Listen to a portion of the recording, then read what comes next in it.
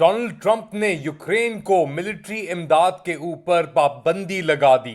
दूसरी जानिब कनाडा और मेक्सिको के ऊपर दीगर टैक्सेस लग गए और कनेडियन रिस्पांस भी सामने आ गया। लेट अली शो यू के इस एपिसोड में आप सबको खुशामदेद। Do like subscribe and share this content. बात शुरू करते हैं यूक्रेन के ऊपर जो डोनाल्ड ट्रंप की हुकूमत ने पाबंदी लगाई है। Military sales, any further military aid to Ukraine के ऊपर फिलहाल इंडेफिनिट नहीं है, ये जो कहा जा रहा है, फिलहाल पाबंदी लगा दी गई है। और ये हुआ जब मुलाकात हुई जुमे के रोज, कुछ ही दिन हुए उस मुलाकात को, और उस मुलाकात ने पूरा जो बैलेंस है उसे ऊपर नीचे कर दिया। याद रखें, अमेरिका सबसे बड़ा सप्लायर है मिलिट्री इक्विपमेंट का to Ukraine.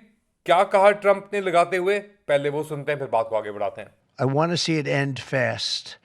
I don't want to see this go on for years and years. Now, President Zelensky supposedly made a statement today in AP. I'm not a big fan of AP, so maybe it was an incorrect statement, but he said he thinks the war's going to go on for a long time.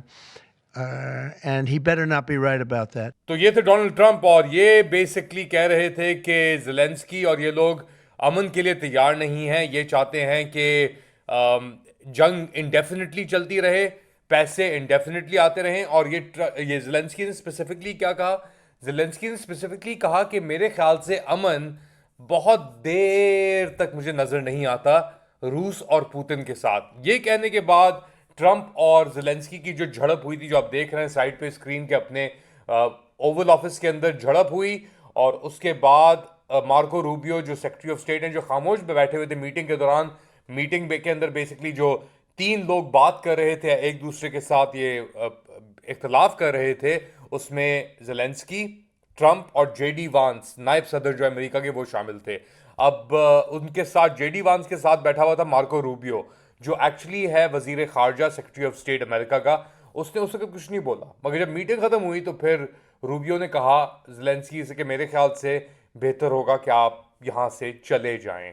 और फिर हमने देखा कि Zelensky वहाँ से उठा, निकला, गाड़ी में बैठा और निकल गया। और फिर सीधी फ्लाइट लेके वो पहुंचा लंदन।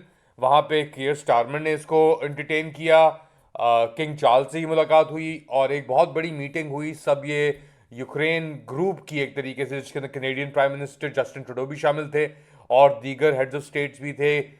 ईयू की वैंडर लॉयन भी थी, एक अजीब औरत है बिल्कुल वो। और उन सब ने प्लेज किया कि हम यूक्रेन के साथ खड़े हैं, हम एक इक्विटेबल अमन चाहते हैं। बेसिकली बुनियादी तौर पे ज़ेलेंस्की, और इसकी मैं बात कर रहा हूँ शुरू से ही, ज़ेलेंस्की चाह रहा है कोई गारंटी, कोई सिक्योरिटी गारंटी, क्योंकि वो कहता है कि जिस तरह हुआ 2014 में, 2008 में, 2014 में, कि गारंटीज होने के बावजूद पुतिन ने हमला किया और ले लिया, ज़ेलेंस्की के पॉइंट ऑफ व्यू से। दूसरी जानब से जो पुतिन है वो कहता है यार कि ये हमसे बातें इन्होंने कही कि हम नेटो को एक्सपैंड नहीं करेंगे, और फिर इन्होंने जॉर्जिया तक की को इनविटेशन दे दिया नेटो का। बल्गेरिया, ये सब ममालिक तो नेटो के अंदर वैसे ही आ गए, रोमेनिया भी, मोल्डोवा भी। तो इतना अंदर घुस गए ये लोग, और यूक्रेन के अंदर भी घुसे हुए हैं। तो हमारा तो टेरिटोरियल इंटेग्रिटी, हमारी आइडियोलॉजिकल बाउंड्रीज हैं यूक्रेन के ऊपर, रशिया ने कहा।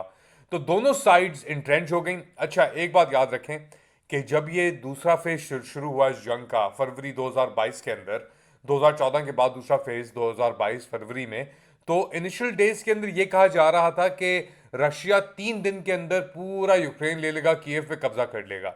और एक बहुत ही अजीब सी इन्वायरमेंट बनी हुई थी, खौफ और डर का एक माहौल था। तो इसके बाद ऐसा नहीं हुआ। 3 दिन के अंदर कीव नहीं गिरा, बूचा इरपिन नहीं गिरे। 3 दिन के अंदर रेजिस्टेंस का उन्हें सामना करना पड़ा। उसके बाद रशिया ने वहां से पुल आउट किया उन एरियाज से, और फिर वो चला गया फोकस उसका डॉनबास एरियाज के ऊपर, और क्राइमेरिया को मुस्तहकम करने के लिए सदर्न फ्लैंक, जपोरिजिया, ये सब areas all the way to Kherson तक, या माइकोलाइव तक। तो आप अंदाज़ा लगा लें कि कितना एक डिफरेंसेस हैं दोनों साइड्स के अंदर।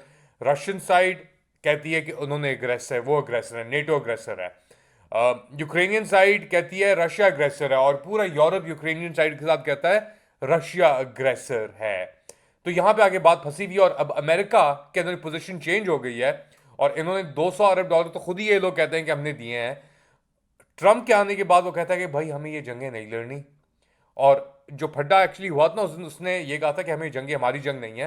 तो ज़ेलेंस्की इंसिस्ट करा था नहीं, ये आपकी ही जंग है, क्योंकि अगर यूरोप के अंदर कुछ होता है तो अमेरिका भी इफेक्ट होगा उससे। उसने कहा कि हम किस तरह इफेक्ट होंगे, हमने नहीं कह सकते कि आप इफेक्ट होंगे। आप कौन होते हैं भाई? आपके पास कुछ कहने के लिए है ही नहीं। पैसे हम आपको दे रहे हैं, वेपन्स हम आपको दे रहे हैं, और बातें आप कर रहे हैं, और चौड़े आप हुए हुए हैं उसके ऊपर, तो हमारे पैसे फट रहे हैं।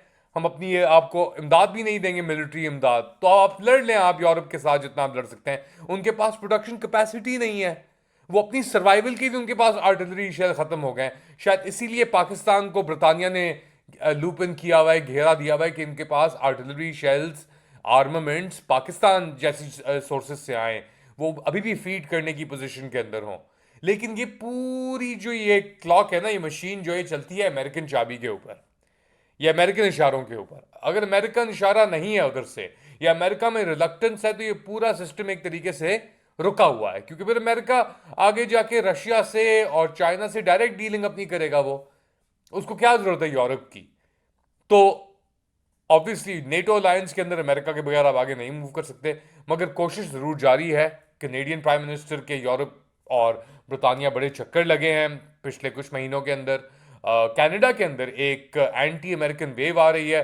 अभी 25% टैक्सेस, जो पिछले ड्रामा चल रहा है बेसिकली बहुत अरसे से, अब डेडलाइन भी आ गई है उसकी, 4 मार्च। इस पर भी देखना पड़ेगा ये सुबह जब होगी कनाडा और अमेरिका के अंदर, तो वहाँ पे क्या इम्कानात होंगे इसके। अभी हो रही है सुबह, तो उसके ऊपर भी आपको पता लग जाएगा कि क्या होगा, कि आज का दिन किस तरीके से गुजरेगा यहाँ पे। मगर एक बात वाज़ेह है, कनेडियंस तपे हुए बहुत हैं।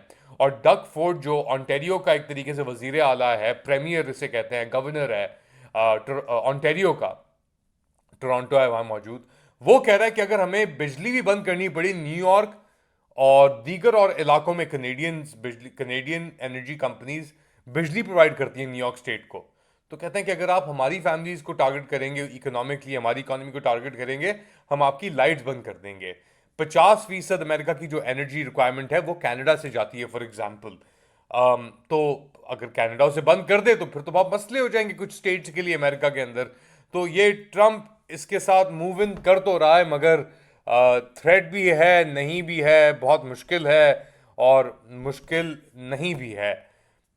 सुने पहले डग फोर्ड ने क्या कहा, फिर बात को आगे बढ़ाते हैं। I will do everything, including cut off their energy, with a smile on my face. So, and I'm encouraging every other province to do the same. Quebec, Manitoba, BC, we all have to act in unison out east. They rely on our energy. They need to feel the pain. They want to come at us hard. We're going to come back twice as hard. तो ये थे Ontario के premiere Doug Ford, और ये कह रहे थे कि हम सब कुछ करने के लिए तैयार हैं। देख लो जो तुम्हें करना है, किस तरीके से करना है, और फिर देखा जाएगा क्या होता है। मगर ट्रंप हॉट हुआ हुआ है। इसने एक इकोनॉमिक टर्मोइल एक क्रिएट कर दिया दुनिया के अंदर, पॉलिटिकल टर्मोइल क्रिएट कर दिया इसने दुनिया के अंदर।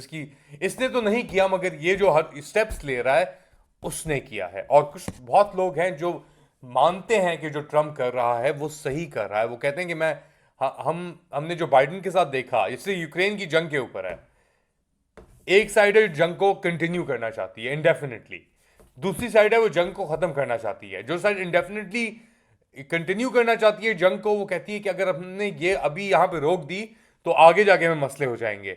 जो साइड कहती है कि भाई मसले तो हुए हुए हैं और वर्ल्ड वॉर 3 की तरफ ये सिचुएशन जा रही है जैसे ट्रंप कहता है, और हमें वो रोकना है, तो यहाँ पे चीज आके रुकी हुई है। बीच में ज़ेलेंस्की जैसे लोग फंसे हुए हैं। अब वो कह रहा है कि मैं मिनरल डील्स के लिए भी तैयार हूँ। ट्रंप कह रहा है कि और या जेडी वांस का स्टेटमेंट आया कि ऐसे नहीं होगा, अगर आप सीरियस नहीं है तो आपको कोई हमारी सपोर्ट नहीं होगी, मगर अगर आप चाहते हैं अमन करना तो दरवाजे खुले हैं। तो अभी भी रूम है मनूवर करने के लिए, मगर ट्रंप लगता है उसको पता है कि कहाँ ये सिचुएशन जा रही है। और अब ये टैरिफ्स भी आने वाले हैं, स्टॉक मार्केट कोलैप्स भी हुई है, थोड़ी बहुत इफेक्ट हुई है कनाडा के अंदर भी, अमेरिका के अंदर भी, ये टैक्सेस और टैरिफ्स की वजह से। तो एक अनसर्टन सिचुएशन, एक अनसर्टन टाइम की तरफ दुनिया जा रही है। आप क्या समझते हैं बताएं मुझे कमेंट सेक्शन में। Do like, subscribe and share this content. अपना ख्याल रखिएगा, अगली बार तक अल्लाह हाफिज़।